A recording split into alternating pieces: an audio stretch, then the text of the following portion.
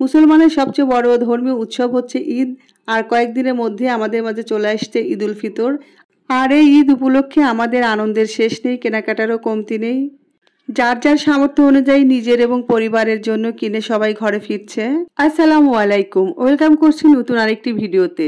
আশা করছি সবাই ভালো আছেন। ঈদ উপলক্ষে তো সবার মোটামুটি মনে হয় কেনাকাটায় শেষ হয়ে গিয়েছে। ঈদ তো একদমই দোরগোড়ায় চলে এসেছে।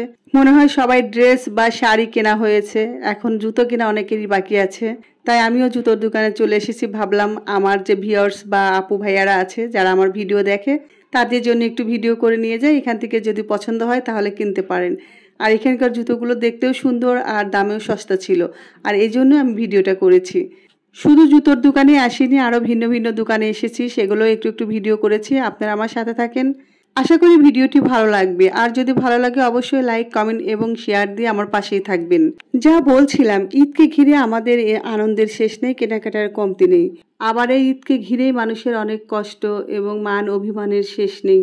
বিশেষ করে প্রবাসী ভাই বোনেরা যারা পরিবারের সাথে ঈদ করতে পারে না বা দেশে আসতে পারে না, তাদের হয়তো এই কষ্টটা অনেক বেশি। আবার দেশেও যারা জীবন এবং জীবিকার তাগিদে শহরে বসবাস করে, কিছু সমস্যার কারণে গ্রামে ঈদ করতে যেতে পারে না, তাদেরও এক ধরনের কষ্ট আছে। সেই কষ্টের মধ্যে হয়তো এবার আমিও পড়ে যেতে পারি। আমারও বাড়ি যাওয়ার সম্ভাবনা কম আছে। জানি না কি হবে শেষ পর্যন্ত, দেখা যাক আল্লাহ কি করেন। ঈদ মানে আনন্দ, আর ঈদের আনন্দে সবাই ভরে উঠুক, যে যেখানেই থাকুক। আপনাদের সাথে কথা বলতে বলতে আমি পুরো জুতার দোকানটা ঘুরিয়ে ঘুরিয়ে আপনাদের দেখালাম। আশা করি এখান থেকে কোনো একটা জুতা ভালো লেগেছে। আসতে পারেন, এটা শাহালি মার্কেটের দোতলায়। আর এখানে অ্যাড্রেসটাও আমি যে দেখিয়ে দিলাম। এরপরে চলে আসতে আমি একটি জুয়েলারি দোকানে। এখানে অনেক ভারী ভারী গহনা আপনাদের জন্য ভিডিও করেছি। যারা শাড়ি পরতে অনেক পছন্দ করেন তাদের জন্য এই গহনাগুলো অনেক পছন্দের। যদিও আমি শাড়ি কম পরি, আমি এগুলো আসলে খুবই কম কিনি। আর সবচেয়ে বড় কথা, সময়ের সাথে সাথে মানুষের মন মানসিকতাও চেঞ্জ হয়ে যায়। এখন যেমন এগুলো আর ভারী ভারী জিনিস কিনতে ইচ্ছে করে না, সিম্পল ছোটখাটো জিনিসগুলোই ভালো লাগে। আমি ব্রেসলেট এবং রিং পরতে পছন্দ করি, তাই একটা ব্রেসলেটের জন্য এই দোকানে আসছি আর আপনাদের জন্য একটি ভিডিও করছি। এই দোকানটা ছিল মিরপুর 1 বাগদাদ শপিং কমপ্লেক্সে। মিরপুরে বসবাস করি প্রায় 17 বছর। আগে কেনাকাটার জন্য এদিক ওদিক দৌড়াতে হতো, কিন্তু এখন আমরা মোটামুটি মিরপুরের মধ্যেই সবকিছু কিনতে পারি। আলহামদুলিল্লাহ, আমাদের আর বাইরে কোথাও যেতে হয় না।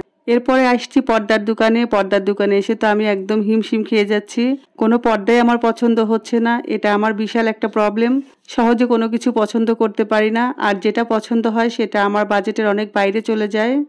মার্কেটে গেলে আমার বাজেট কত সেটা আমার মাথায় থাকে না, দোকানের যেটা সবচেয়ে বেস্ট সেটাই আমার পছন্দ হয়ে যায়। আর এই জন্য কেনাকাটা করতে গেলে আমার দেরি হয়ে যায়।